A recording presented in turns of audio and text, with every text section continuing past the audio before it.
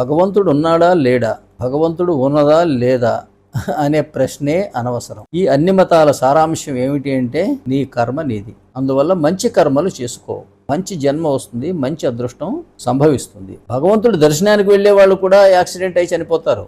ఏమిటి అంటే అది కూడా మా కర్మ అంటారు. అందువల్ల భగవంతుడు ఉన్నాడా లేడా కాదు, ఉండి ఏం చేయడు, మీకు లేకున్నా ఏం చేయడు. మీకు వచ్చేదల్లా మీ కర్మ.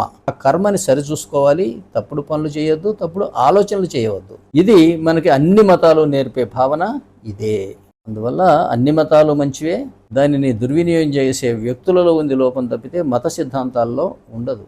ఒకవేళ ఉంటే కాలానుగుణంగా వాటిని సవరించుకోవాల్సిందే. అంతేగాని మతమే వద్దు, నమ్మకమే వద్దు, సనాతనమే వద్దు అంటే ధర్మానికి సనాతనమే ఉంది, పురాతనమే ఉంది, అధునాతనమే ఉంది. ధర్మం అంటే ధర్మమే, సిద్ధాంతం అంటే సిద్ధాంతమే.